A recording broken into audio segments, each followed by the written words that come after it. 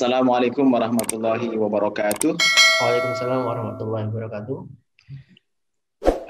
Alhamdulillahirabbil alamin. Nahmaduhu wa nasta'inuhu wa nastaghfiruh wa na'udzu billahi min syururi anfusina wa min sayyiati a'malina. May yahdihillahu fala mudilla lahu wa may yudlil fala hadiyalah. Asyhadu an la ilaha illallah wa asyhadu anna Muhammadan abduhu wa rasuluh. Allahumma shalli ala nabiyyina Muhammad wa ala alihi wa ashabihi wa man tabi'ahum bi ihsan ila yaumiddin. Amma ba'd. Ya, sekali lagi terima kasih atas undangannya, atas kesempatannya untuk bisa berbagi bacaan, berbagi pengetahuan tentang dalam rangka memperingati Maulid Nabi Sallallahu Alaihi Wasallam ini. Gitu. Temanya sangat menarik, reinforcement Maulid Nabi dalam sebagai spirit kehidupan di era modern, gitu, di era kini. Ya, kalau kita berbicara soal saya mungkin tidak akan berbicara banyak soal Maulid Nabinya, soal sejarahnya segala macamnya, karena ada beberapa macam versi. Ada yang bilang bahwa Maulid Nabi itu dimulai ketika di dinasti Fatimiyah. Ada yang dinasti Fatimiyah itu dimulai pada abad ke-10 Masehi di daerah Tunis, di daerah Maghrib, terus kemudian dipindah ke Mesir sebagai pusat pemerintahannya, dan dinasti Fatimiyah itu disandarkan atau dinisbahkan kepada Fatimah, putri baginda Nabi besar Muhammad SAW, dan itu merupakan salah satu penguasa politik Syiah yang juga kuat pada saat itu. Tapi ada juga yang menisbatkannya kepada Ayyubiyah. Ayyubiyah itu Salahuddin Al-Ayyubi ketika kemudian menaklukkan Mamluk, ketika menaklukkan Mesir, jauh setelah Fatimiyah, terus kemudian diperingatilah Maulidun Nabi Sallallahu Alaihi Wasallam itu sebagai penguat mental untuk menghadapi dalam rangka perang salib yang terjadi pada saat itu. Oke, itu bisa diperdebatkan soal, kita juga nggak bicara soal apakah ini bid'ah atau tidak, karena itu perdebatan yang sudah kita close saja. Kita gali inspirasinya sebagaimana tadi disebutkan oleh Mas Henry, tentang spirit apa kira-kira yang bisa kita gali dari kehidupan Rasulullah Sallallahu Alaihi Wasallam. Paling itu. Nah, dalam konteks itu, dalam konteks menggali spirit kehidupan itu, coba kalau kita berbicara tentang atau membaca tentang Nabi, biasanya sumbernya apa yang kita baca? Seringkali kita hanya kalau mungkin nggak tahu, kalau masa milenial sekarang ini lebih banyak mungkin dari media online untuk bisa mengetahui atau membaca sejarah Nabi. Media online, share di WhatsApp atau note di Facebook, Insta Story mungkin, nggak tahu, dengan ceramah-ceramah para mubalik begitu. Tapi coba sekali-kali membaca buku babonnya, membaca buku babon itu gini, buku yang memang ditulis sedari awal untuk bercerita tentang biografi Nabi besar Muhammad SAW. Nah, yang paling pertama kali ditulis itu ada namanya ulama namanya Ibnu Ishaq, itu sekitar abad 8 Masehi. Itu ya kurang lebih 2 abad setelah wafatnya Rasulullah SAW. Itu biografi atau namanya Siratun Nabi, Sirah Nabi. Jadi salah satu sumber utama kalau kita ingin mengetahui tentang sejarah Nabi, sumbernya adalah Siratun Nabi atau As-Sirah An-Nabawiyah. Dan yang pertama kali menulis itu namanya Ibnu Ishaq, yang beberapa abad kemudian ditulis ulang atau diedit kembali oleh ulama yang namanya Ibnu Hisham. Dan itu terjemahannya di bahasa Indonesia juga sudah ada. Sumber lain yang barangkali bisa kalian yang agak populer, yang agak ringkas, kalau itu terlalu agak expert gitu ya, agak yang ahli gitu. Yang agak kontemporer itu pernah ada peringatan juga dalam konteks peringatan Nabi, itu ada lomba penulisan sirah Nabi diadakan oleh Rabitatul Alam Al-Islami di Mekah, di Arab. Terus kemudian ada pemenangnya namanya Mubarak Furi ini, Syaifur Rahman Mubarak Furi. Ini juga ada dan biasanya bukunya ini di yuwazza' majanan wala yuba', istilahnya di sini. Dibagikan secara gratis, tidak diperjualbelikan. Dan ini yang juara satu lomba penulisan sirah pada saat itu. Itu juga bagus sebagai referensi untuk membaca tentang siratul Nabi.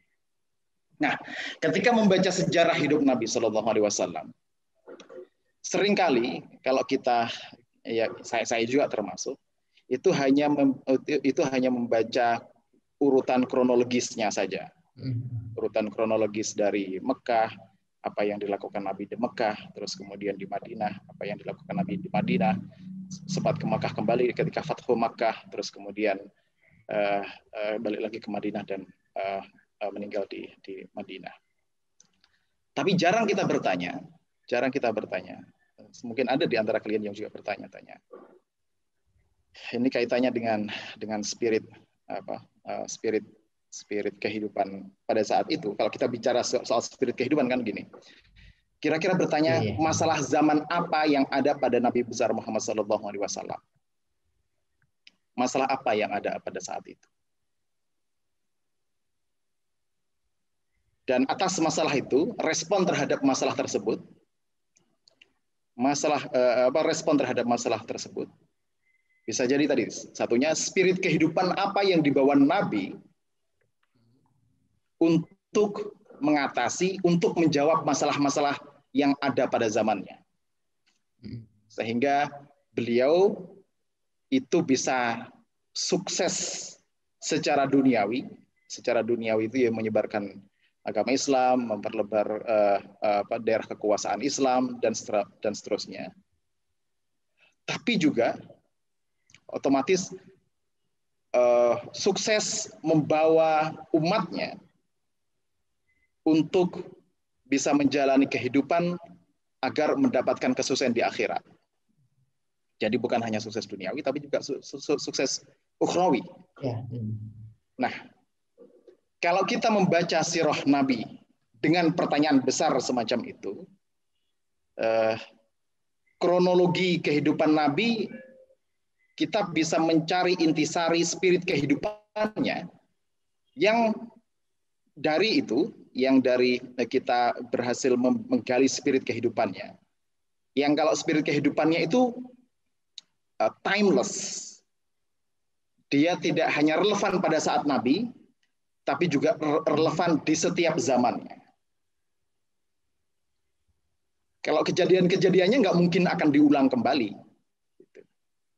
Ya.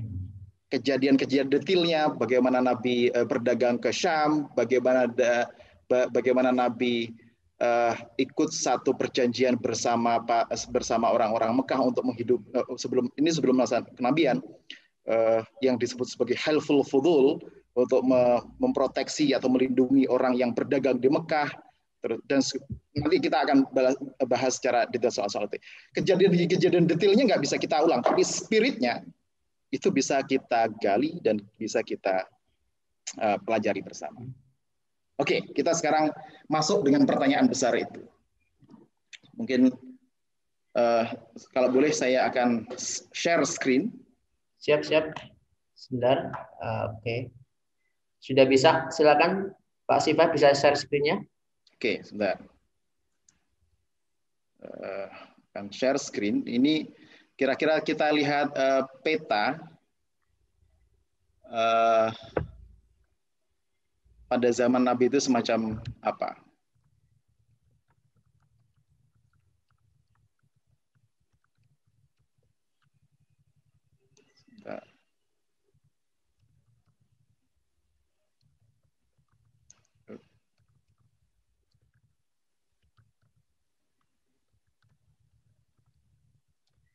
Oke,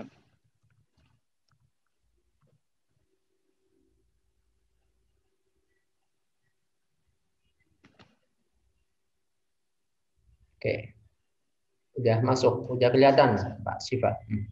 Kelihatan ya? Udah kelihatan, siap. Oke. Jadi begini, ini sebelum kita bicara sebelum kenabian, masa kenabian. Jadi bayangkan Mekah di sini,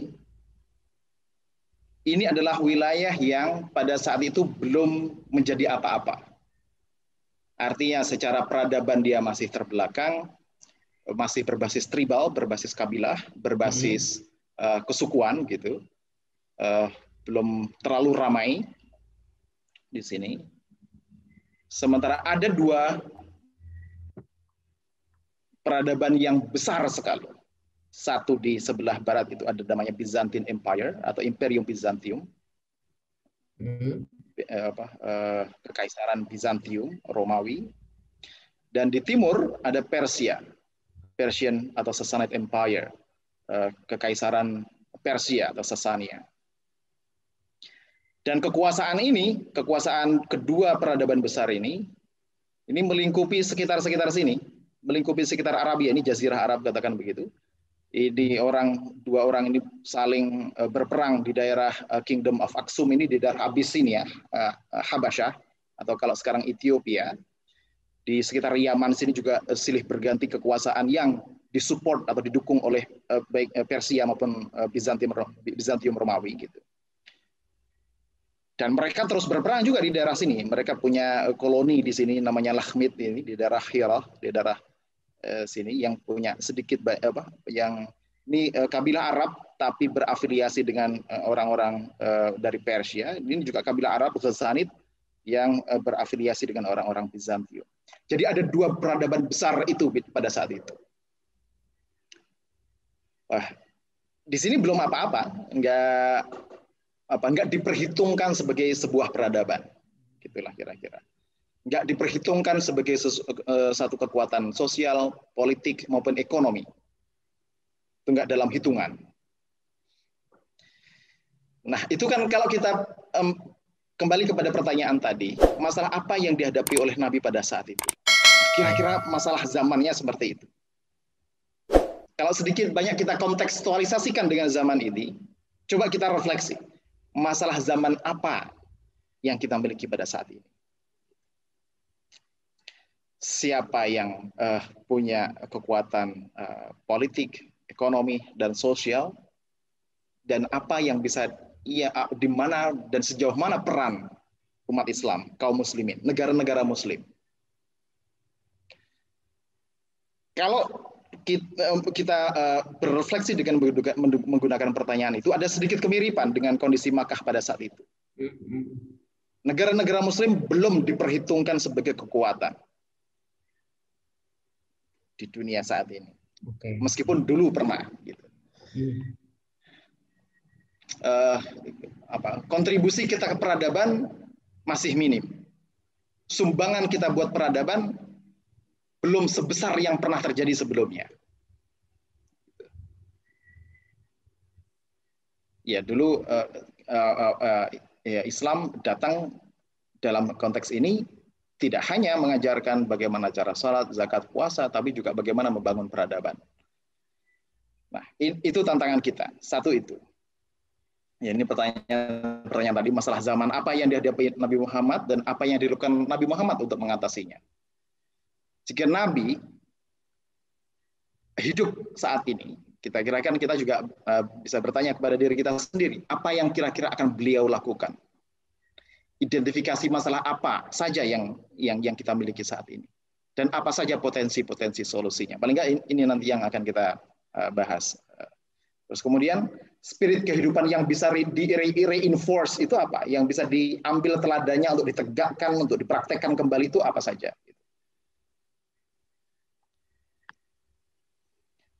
Ya ini tadi yang saya bilang, ada Byzantine Empire, ada apa itu namanya, ada Vassal Kingdom di daerah sini.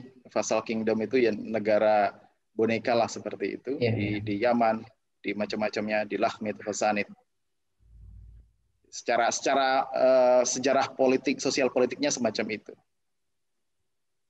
yang tadi saya sebutkan. Nah, mungkin saya akan di antaranya adalah ini yang hal-hal yang sebentar. Ini ada hal-hal yang ingin saya bahas pada kesempatan kali ini. Pertama, ya kalau kita membaca misalnya awal-awal Nabi muncul ke permukaan dalam ya dan ditulis oleh sejarah itu kan salah satunya ketika diajak oleh pamannya Ali bin Abi Thalib berdagang ke Syam. Berdagang ke Syam. Dan orangnya sangat kompeten. Nabi dianggap sebagai orang yang punya kompetensi, bisa berdagang dengan baik, hasil dagangannya laris, orangnya dipercaya, orangnya tidak curang dalam jual beli. Dan kemudian kan selain cerita-cerita ketemu Bukhairah atau Bahirah tentang ciri-ciri kenabiannya, terlepas dari soal itu, Nabi menempa dari dini kompetensinya, skillnya untuk berdagang dengan baik, untuk bisa dipercaya orang. Gitu. Demikian pula ketika balik lagi, terus kemudian bersama Maisarah dipercaya oleh Khadijah yang kelak menjadi istri beliau, berdagang ke Syam kembali, dan Maisarah bercerita tentang bagaimana kualitas Nabi pada saat itu. Bapaknya suruh tutup depan ya. Kualitas Nabi sebagai laki-laki, sebagai pribadi, orangnya punya kompetensi yang baik, hasil-hasil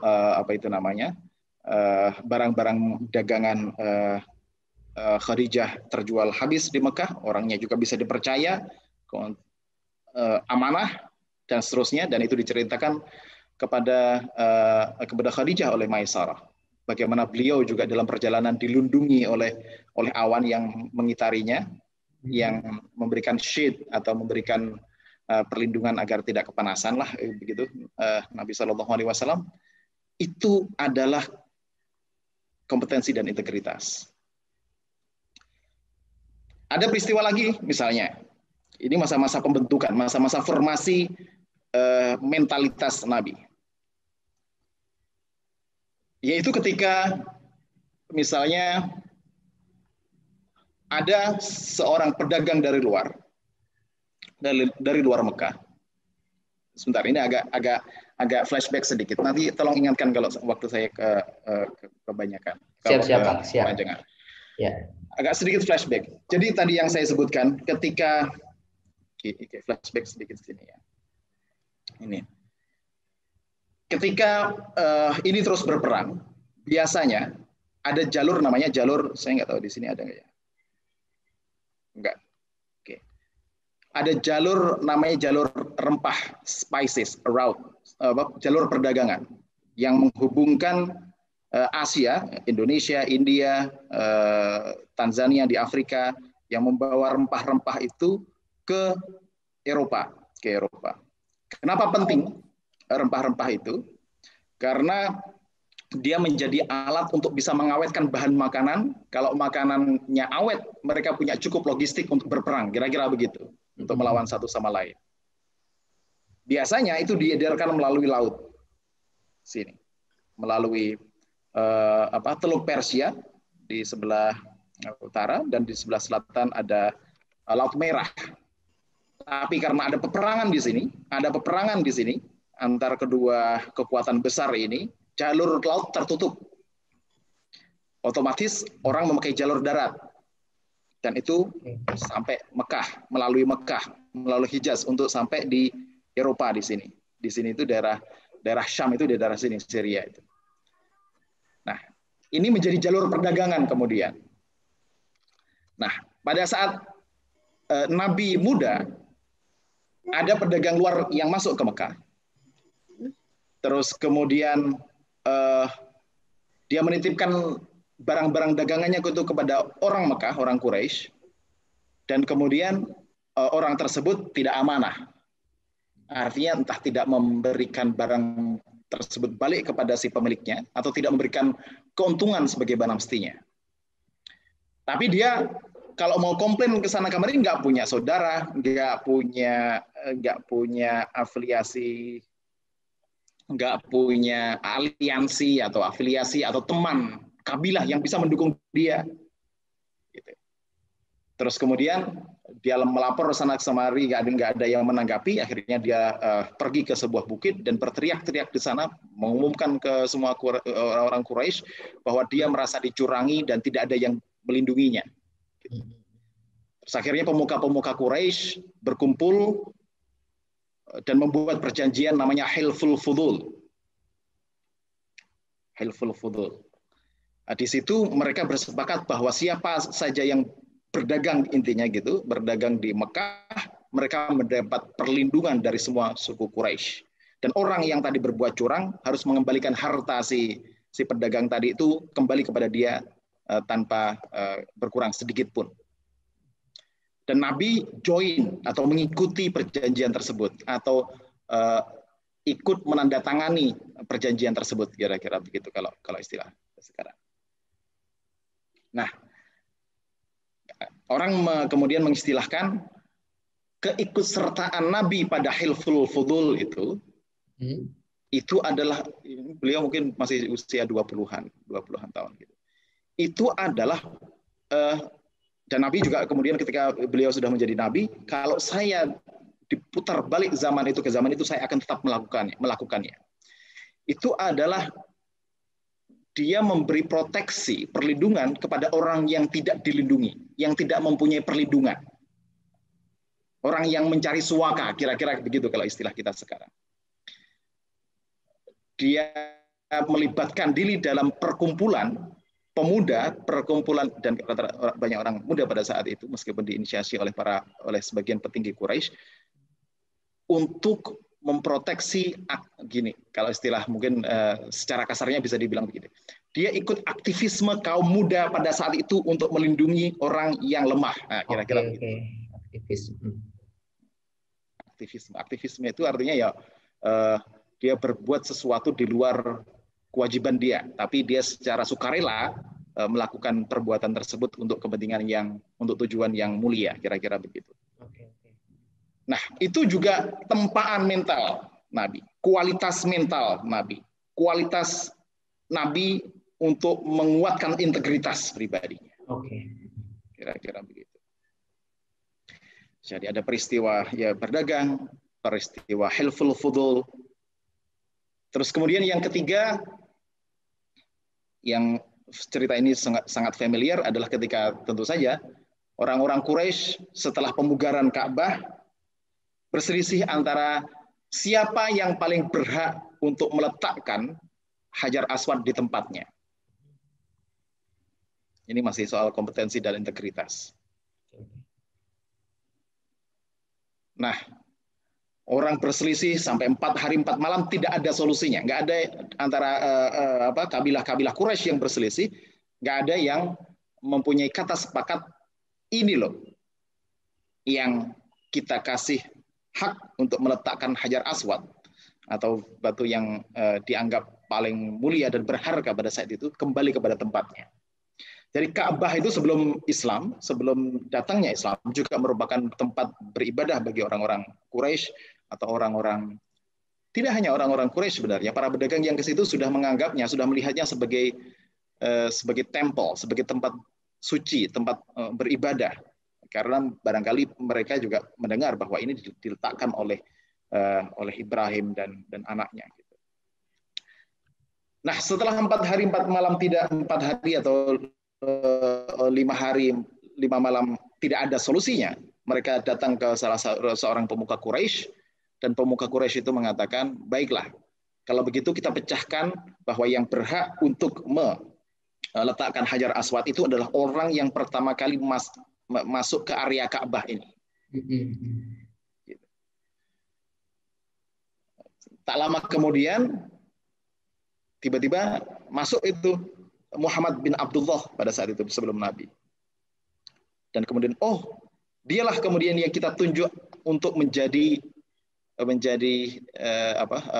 orang yang meletakkan Hajar Aswad pada tempatnya di Ka'bah.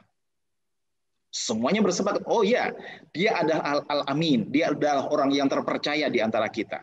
Tidak ada keraguan, tidak ada protes, tidak ada komplain bahwa dia orang yang terpercaya untuk bisa meletakkan Hajar Aswad itu pada tempatnya. Kira-kira begitu. Nah, tapi apakah Nabi meletakkan Hajar Aswad itu sendiri? Ternyata tidak. Nabi tidak egois. Nabi meminta seluruh pimpinan kabilah Quraisy, suku-suku Quraisy yang ada, yang hadir pada saat itu, dan dia meletakkan cloak itu semacam jubah, tapi terjemahan Indonesianya ada yang bilang selendang. Setiap pemimpin Quraisy memegang ujungnya dan kemudian diajak untuk meletakkan Hajar Aswad itu ke tempatnya secara bersama-sama. Itu kualitas pribadi Nabi sebelum menjadi Nabi. Artinya dia sudah punya tempaan kompetensi sebagai seorang pedagang yang profesional, kalau istilah kita barangkali sekarang seperti itu. Kedua, yang tidak kalah pentingnya selain kompetensi adalah integritas. Dia jujur, dia terpercaya, ya sifat-sifat Nabi lah, sidik, amanah, fatanah, tabligh gitu. Integritasnya dipercaya sebagai pedagang, dipercaya sebagai sebagai pemuda yang punya kepedulian untuk melindungi mereka yang lemah, dan dipercaya oleh petinggi-petinggi Quraisy itu tadi sebagai Al-Amin, orang yang terpercaya untuk meletakkan batu Hajar Aswad ke tempatnya. Artinya secara kualitas pribadi orang memberi hormat yang tinggi kepada Nabi Muhammad SAW. Nah, jadi salah satu yang juga penting buat kaum milenial sekarang, buat kita semuanya lah gitu. Jangan lupakan itu. Sedari muda, jangan main-main dengan integritas diri, dan jangan leha-leha untuk tidak menempa kompetensi diri.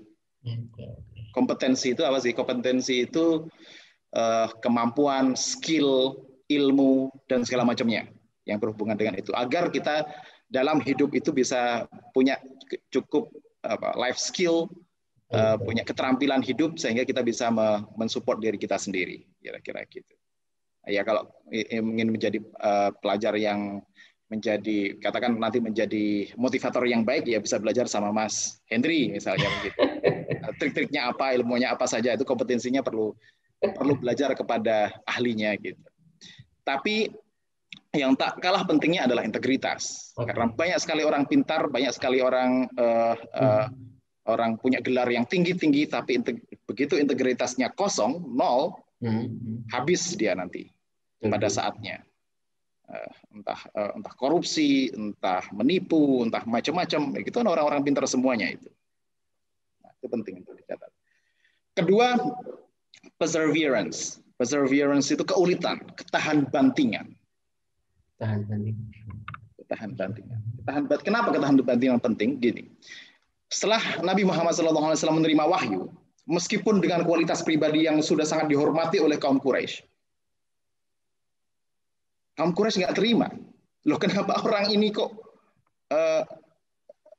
menjadi nabi? Kenapa orang ini gini? Mungkin sedikit flashback ya. Di Quraisy itu ada dua kabilah yang sangat besar. Ya, keturunan dari Nabi Ismail, terus kemudian ada Qusay bin Kilab, Qusay nanti terus kemudian salah satu anaknya namanya Abdul Manaf. Abdul Manaf itu salah duanya yang juga sangat berpengaruh, namanya Hashim dan Umayyah. Dan kemudian kedua kabilah inilah yang kemudian punya peran yang sangat penting di Makkah pada saat itu. Bani Hashim itu bertugas untuk memberi makan dan minum, menjaga Ka'bah, memberi makan dan minum para pelancong yang ke Ka'bah. Sementara Bani Umayyah itu punya peran untuk memegang kekuasaan politik di Mekah. Gitu kira-kira. Nabi Muhammad berasal dari keturunan Bani Hashim itu tadi. Bani Hashim, terus kemudian Abdul Muttalib bin Hashim, terus kemudian Abdullah bin Abdul Muttalib, dan kemudian Nabi Muhammad bin Abdullah. Itu berasal dari kabilah Hashim yang bertugas untuk memberi makan minum orang-orang yang berkunjung berziarah ke Ka'bah. Sementara Bani Umayyah itu punya kekuatan politik. Ya, di antaranya adalah misalnya Abu Sufyan, Abu Jahal, itu dari Bani Umayyah ini tadi. Nah, begitu ya, secara sosial, kemudian ya kekuasaan ekonomi politiknya dipegang oleh Bani Umayyah. Bani Hashim secara sosial ekonomi agak di bawah strata sosial ekonomi, yang miskin, hanya ngurusin orang beribadah saja gitu. Nah, kenapa yang menjadi pemimpin kok dari kaum Quraisy, Bani Hashim, yang kekuasaan sosial politiknya rendah, kira-kira begitu. Kaum Quraisy yang berasal dari Bani Umayyah menentang kenabian Nabi. Rata-rata ya, tidak hanya Bani Umayyah, sebagai Bani Hashim juga menentang, tapi yang paling vokal itu adalah dari yang Bani Umayyah. Karena dianggap Nabi mengancam kekuatan, mengancam kekuasaan sosial politik mereka. Gitu.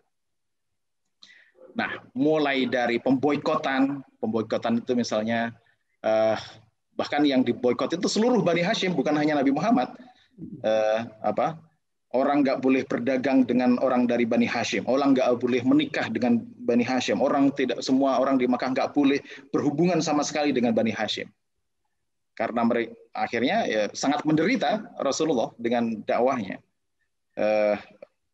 Ya terlunta-lunta, bahkan Abu Thalib pamannya yang dari Bani Hashim itu harus mengungsi ke Bukit Abu Thalib, dan kemudian beliau kira-kira sudah berusia 80 tahunan di sana, dan kemudian sakit-sakitan sebelum akhirnya meninggal setelah boikot berakhir, kemudian meninggal.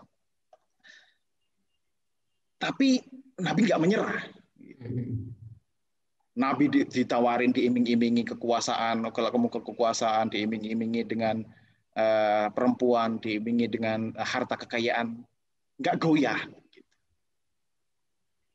Bahkan ya semasa-masa di Makkah, persekusi yang dilakukan oleh kaum Quraisy, kafir Quraisy kepada Nabi Muhammad nggak tanggung-tanggung ya. Ketika mendakwahkannya, dia dilempari kotoran, dilempari batu di Taif, sampai kemudian berdarah dan seterusnya. Tapi Nabi tidak menyerah. Artinya apa? Ulet, perseverance. Sumbernya apa? Ya tentu saja salah satu sumbernya adalah ya keimanan Nabi Muhammad SAW kepada Tuhannya, karena beliau diberi amanah juga, salah satunya beliau diamanahi risalah, diamanahi misi untuk mendakwahkan Islam ke seluruh dunia. Tapi kalau yang bisa dipahami banyak orang kan, karena keimanannya, ya itu pondasinya, tapi buahnya adalah keuletan dan perseverance-nya, atau ketahan bantingan Rasulullah SAW menghadapi semua cobaan yang ada di hadapannya. Bahkan orang-orang, demikian pula ketika orang-orang yang melindunginya dari kakeknya Abdul Muttalib, pamannya Abu Thalib, meninggal dunia. Bahkan orang yang paling dikasihinya, istrinya sendiri, Siti Khadijah, meninggal, yang disebut sebagai Amul Huzni itu, atau tahun kesedihan. Beliau benar-benar secara kemanusiaan itu terpuruk harusnya. Himpitan dari kaum Quraisy menguat, orang-orang terdekatnya yang mensupport dan melindungi dia pada meninggal. Tapi beliau tetap tahan dan terus mendakwahkan Islam. Jadi keuletan. Akhirnya apa buah dari itu? Buah dari keuletan dan terus-menerus, orang-orang di Madinah mendengar ada Nabi di Mekah dengan kualitas yang A, B, dan C yang sudah mereka dengar. Akhirnya mereka pergi setelah masa-masa ini tadi, pergi ke Mekah, terus kemudian berbaiat kepada Nabi di Aqabah yang pertama, dan mereka menyatakan berke Islam, terus kemudian mengundang Nabi untuk ke Madinah. Rombongan pertama balik lagi ke Madinah, terus ada rombongan kedua, baiat Aqabah kedua, dan kemudian mengajak Nabi ke Madinah, betul-betul ke Madinah. Nah, dalam konteks ini, Nabi juga visioner bahwa kalau situasi Makkah semacam ini, nggak ada prospek sepertinya. Maka hijrah adalah salah satu pilihan yang paling rasional untuk membangun komunitas atau umat Islam yang baik. Gitu. Jadi ada sisi visionernya di situ. Tapi bukan hanya itu letak visionernya Nabi, bukan hanya ketika hijrah. Ketika hijrah yang pertama kali juga diletakkan adalah gini. Di kondisi di Madinah itu juga penuh dengan konflik sebenarnya. Ada dua suku yang terus-menerus berkonflik di Madinah, suku-suku Arab. Namanya Aus dan Khazraj. Ini sudah bertahun-tahun berselisih, berselisih. Gitu. Tapi kemudian Nabi ke sana yang diletakkan salah satu di antara pondasi yang diletakkan Rasulullah pada awalnya adalah membuat perjanjian antar suku. Aus, Khazraj, termasuk orang-orang Yahudi, kabilah-kabilah Yahudi yang tinggal di Madinah, atau juga kabilah-kabilah yang tidak punya agama, yang politeis, yang musyrik juga diikutkan dalam Treaty of Madinah atau Mitsaqu Madinah. Menurut kalangan sejarawan, salah satunya namanya orang Amerika, namanya Robert N. Bella, di bukunya yang berjudul Beyond Belief, itu adalah model resolusi konflik, model penyelesaian konflik yang tidak ada presidennya, tidak ada contohnya sebelumnya di tempat-tempat lain. Baik di mana? Di Persia, di Bizantium, yang dia nilai model perjanjian itu sangat modern. Bahkan terlalu modern untuk zamannya. Dia bahkan bilang begitu. Artinya, itu visioner.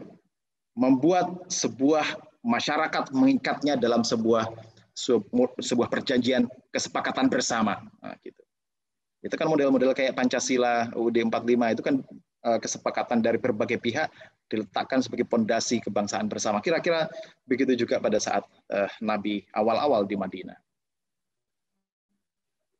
Nah, tapi setelah Nabi dipercaya menjadi pemimpin umat, pemimpin negara kecil yang bernama Madinah itu, kalau istilah sekarang negara mungkin pada saat itu tentu saja bukan Madinah namanya, yang semula Yathrib diganti menjadi Madinah, nama kotanya. Madinah itu diandaikan atau beda antara Badawah dan Madinah. Badawah itu kaum Badui, itu kehidupannya primitif. Madinah itu kota, nama arti aslinya itu kota yang berperadaban, kira-kira begitu. Jadi visionernya di situ salah satunya. Nah, begitu beliau menjadi pemimpin politik maupun pemimpin agama di Madinah, beliau adil dan tegas. Ketika ada yang mengkhianati, ya dihukum. Gitu. Tapi ketika ada komplain yang fair kepada beliau, ya beliau menghukumi yang bersalah dan membebaskan atau yang tidak bersalah. Salah satu bentuk ketegasannya apa? Misalnya beberapa kali kelompok dari kaum Yahudi itu berkhianat terhadap perjanjian. Bani Nadir, Bani Qainuqa, Bani Quraidah, dan mereka dihukum oleh Nabi SAW. Karena diantaranya bersekutu dengan orang kafir Quraisy Makkah untuk memerangi Nabi di Madinah. Jadi ketika menjadi pemimpin negara, beliau tegas sekaligus adil. Dan terakhir, sebelum kita nanti lebih banyak berdialog saja. Nah, pada saat Nabi sudah begitu stabil di Mekah, punya kekuasaan, pengikutnya juga sudah banyak, beliau pernah satu kali itu ingin mengajak para sahabatnya kembali ke Mekah untuk melakukan umroh, haji kecil.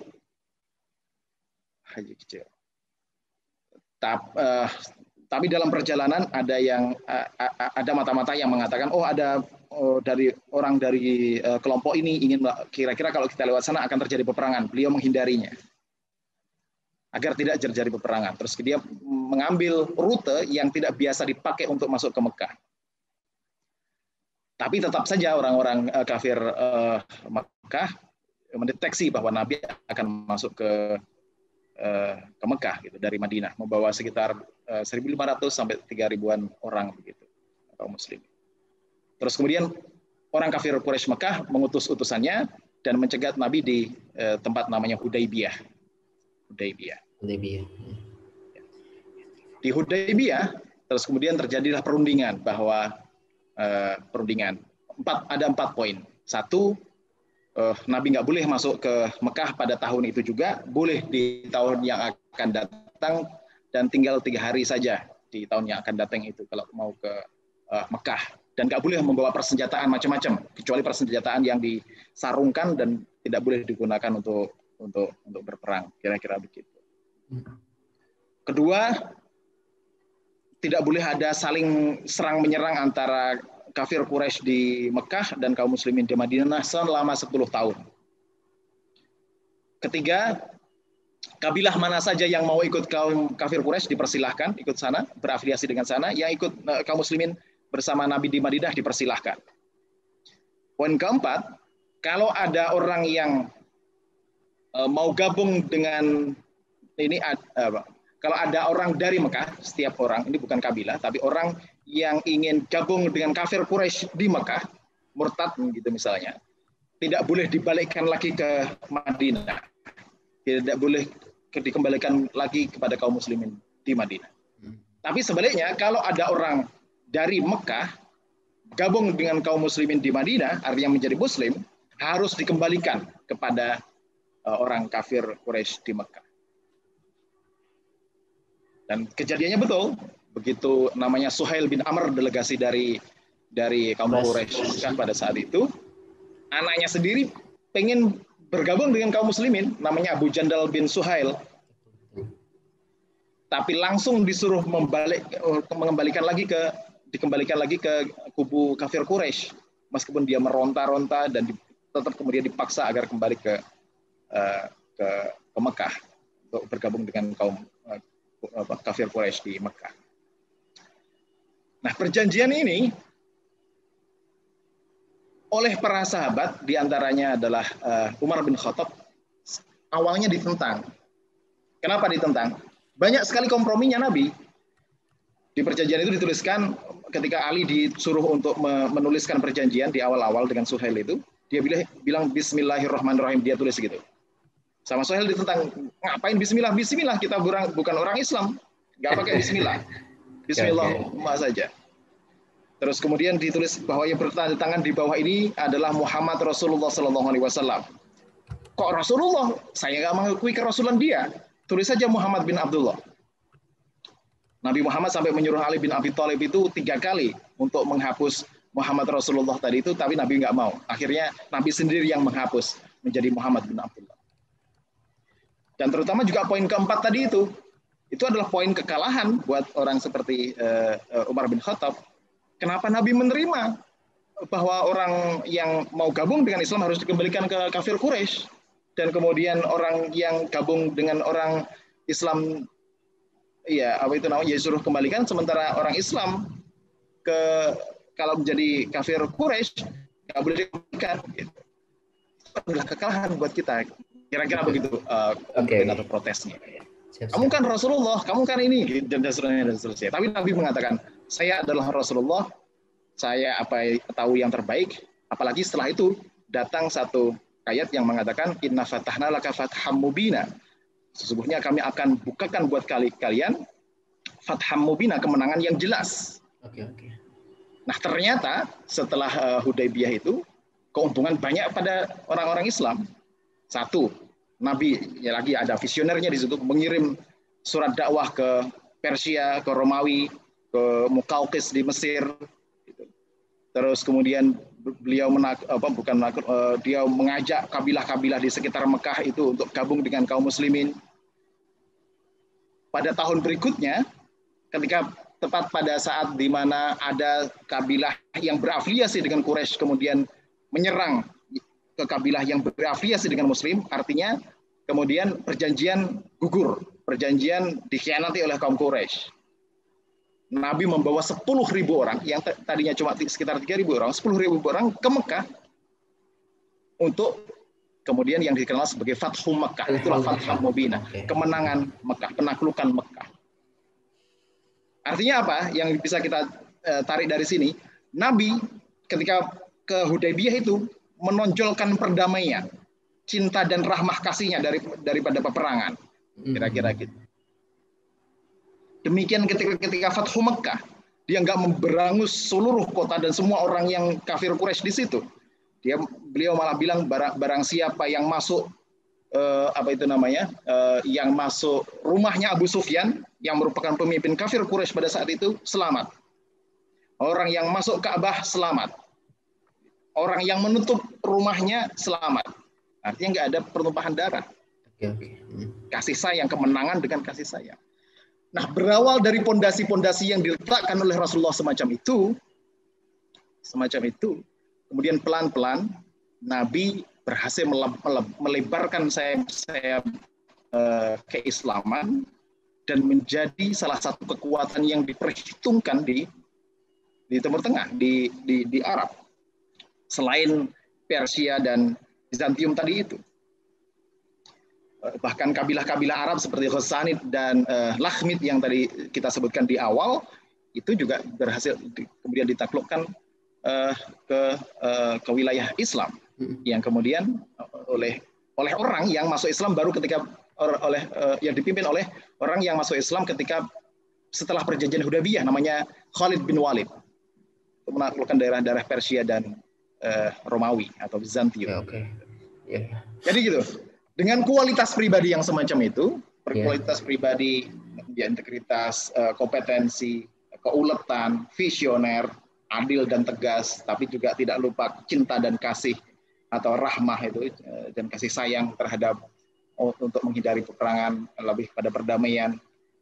Itulah di antara kualitas yang dimiliki oleh Nabi yang sekarang juga relevan untuk kita tiru, kita teladani. Laqad kana fi Rasulillahi laqad kana lakum fi Rasulillahi uswatun hasanah, bahwa laqad ada benar-benar ada bagimu terhadap dari Rasulullah SAW itu suri tauladan. Liman kana yarjullaha wal yaumil akhir, bagi orang yang berharap atas ridha Allah dan keselamatan di hari akhir. Nah, kualitas pribadi semacam ini yang relevan sepanjang masa, sepanjang zaman. Kalau mau menjadi pemimpin, visioner, keadilan, ketegasan adalah sebuah keharusan.